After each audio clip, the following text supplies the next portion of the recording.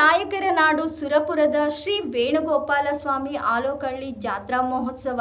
ಸುರಪುರ ಅರಸರ ಕಾಲದಿಂದಲೂ ಪ್ರತಿ ವರ್ಷ ಜಾತ್ರೆಯು ಬಹು ವಿಜೃಂಭಣೆಯಿಂದ ನಡೆಯುತ್ತಾ ಬಂದಿದೆ.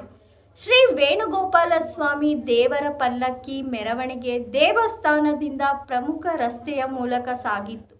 ಜಾತ್ರಾ ಮಹೋತ್ಸವದ ಅಂಗವಾಗಿ ದೇವಸ್ಥಾನದ ಆವರಣದಲ್ಲಿ ಸ್ತಂಭಾರೋಹಣ ಅಪಾರ ಜನಸ್ತೋಮದ ಮಧ್ಯೆ ಅದ್ಧೂರಿಯಾಗಿ ಜರುಗಿತು. ಈ ಜಾತ್ರೆಯಲ್ಲಿ ಆಯೋಜಿಸುವ ಸ್ತಂಭಾರೋಹಣ ಕಾರ್ಯಕ್ರಮ ಎಂಥವರನ್ನು ರೋಮಾಂಚನಗೊಳಿಸುತ್ತದೆ. ಸ್ತಂಭಾರೋಹಣದಲ್ಲಿ ಗುರಿ ಮುಟ್ಟಿದ ವಿಜೇತರಿಗೆ ಬೆಳ್ಳಿ ಕಡಗ, ಕೊಬ್ಬರಿ, ಉತ್ತುತ್ತಿ ಕೊಟ್ಟು ಸಂಸ್ಥಾನದ ಯುವರಾಜರು ಸನ್ಮಾನಿಸುತ್ತಾರೆ. ಅದೇ ರೀತಿ ಕುಸ್ತಿ ಪಂದ್ಯಾವಳಿಯೂ ಕೂಡ ಆಯೋಜಿಸಲಾಗುತ್ತದೆ.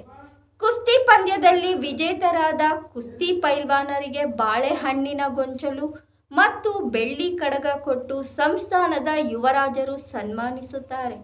ಈ ಜಾತ್ರೆಯು ಕರ್ನಾಟಕದಲ್ಲಿ ವಿಶಿಷ್ಟವಾದ ಜಾತ್ರೆಯಾಗಿದ್ದು ಲಕ್ಷಾಂತರ ಜನರ ನೋಡುಗರ ಕಣ್ಮನ ತಣಿಸುತ್ತದೆ.